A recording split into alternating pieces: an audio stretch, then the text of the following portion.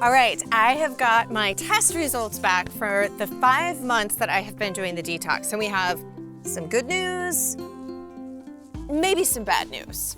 So the good news is, this was my first test results. This is the test results now. So there is no more in the 5% high risk category, and quite a few of them have been completely out of the system down to non-detectable levels. So that is super exciting.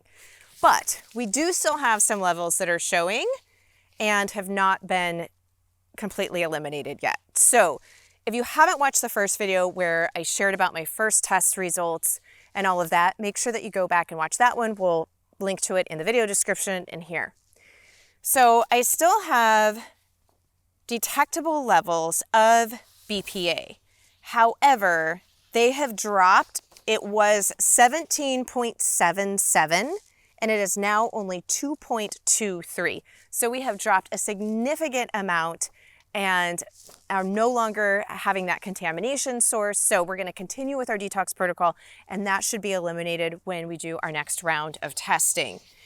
We also still see a little bit of the butylparaben, but again, that one has dropped a significant amount from as well as DMP. Now, the one that we're still showing, and this one is probably the biggest culprit, but is on its way out, is the okra toxin, and that is the mold toxin. However, the alpha toxin of the mold, because I had 2 mold that were showing, that one is completely gone. So the exciting news is the okra toxin was at an 8.0, now it's at a 4.29. So it's dropped in half, but because the levels were so high, we really needed to drop back in half one more time to be in that completely low area. So it was very exciting to see so many of the other ones, the glyphosate, the gadolinium, a lot of them are not even showing registering anymore, including the tin. Now the tin was the tricky one because we really had no idea where that was, how it was in my system in the first place, and if it was something that was a continual exposure. And the same with the molds. So we did the detox protocol for 5 months and then retested, and if things were showing completely gone, then we knew that that was an old exposure, not a current exposure. And because we've seen such a significant drop in the rest of these, same thing. My body is still detoxing them out. It can only detox so much out at once, but we've seen a decrease. So we're continuing with this protocol. It just needs some more time. However, there's a couple of things that I found very interesting through this detoxing process, and some areas that we're still going to be doing some testing on. And the first was that I had a lot of symptoms that I didn't even realize were a part of having these really high levels. And one of the areas that you don't see here on the test is also for parasites. But because a lot of the symptoms and some of the levels on some of the other lab work were coming back where a lot of times parasites are the culprit, we went ahead and did a parasite cleanse along with the detox. And I didn't realize that headaches, when you get a lot of headaches without really any, for explainable reasons, which I did, acne along this area, I had a lot of things that were symptoms of parasites that I didn't even know would be, that could be attributed to. Then with the detox, when I first started the detox protocol, and I said that I would share some of this stuff in here, but I am having Dr. Tori, who is my practitioner, that's walking through with this and monitoring it, because depending on what type of toxin that you have, toxins, etc., that is going to depend on what type of binder and what type of detox protocol that you're going to be using, along with a lot of other things. So it's not like as simple as me, like I'm sharing with you guys, but this isn't like, oh, everybody should go and do this, or that this would even work for you. I'm not giving you medical advice and saying go and do these detox methods, because there's more complexity there than that, because certain things need certain binders and that type of thing. And there's also, we've been working up and adjusting doses, because if you detox too fast, that's a lot for your body to try to process, and you can have a lot of symptoms, feel really, really bad. So we did kind of a intermediate approach. We started out small and then went up to pretty decent doses, monitoring and based upon symptoms that I was having. So when I first started the detox protocol, Dr. Tori warned me that she's like, usually it's about 5 to 6 months of the protocol when you have the levels that you do before you'll start to see any type of weight drop.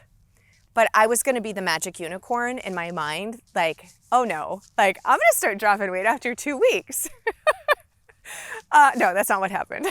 In fact, a lot of times when you start the detox process, you end up having more inflammation and can even have a little bit of extra weight gain because the body is dealing with processing and trying to flush all of those things out. And because they're going through the system and on their way out, it can cause more inflammation.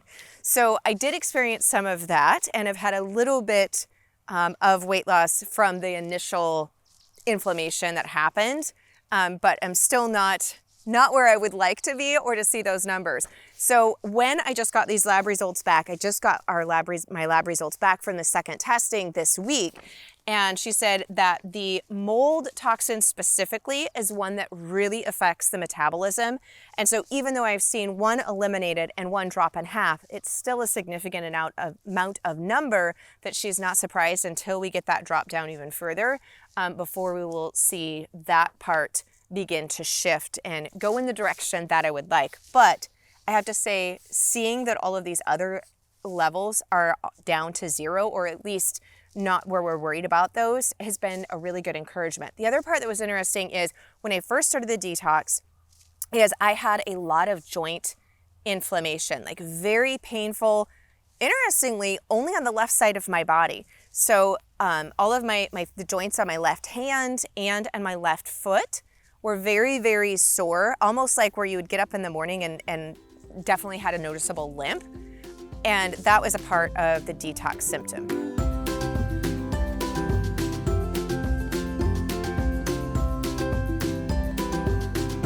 What's been really exciting is how much energy I now have back. I don't think that I realized how low my energy level had truly gotten until it began to improve.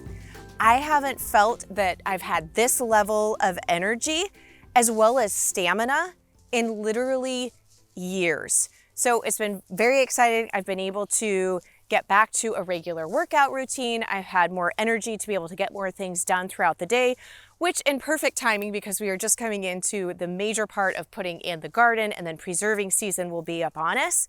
But that part alone, just to see the increase in energy, not feeling exhausted all the time, and also not having where I have one day where I feel okay and then having like 3 days to recover from what is just a normal day. I don't think that I fully realized how depleted that I was until I'm on the upside. So that part, aside from any of the other reasons, has been very exciting. So we're going to continue with the detox protocol. As I said, I'm going to have Dr. Tori on, so leave any questions that you have beneath here so we can do a very detailed interview with her on more of these things as far as detoxing, these forever chemicals, these toxin loads and stuff that we're exposed to. And so we're going to be doing further testing. So I will be sharing with you updated testing in a few months from now when we get through there. But we also are looking at some other areas that we will be testing depending upon what some of these levels come back for, because this is just heavy total toxin loads. And there's definitely other parts of the system that can be affected, such as adrenals, cortisol levels, female hormones, all of those things. So we will be doing some lab testing on that. So I will be keeping you updated as we go through this process.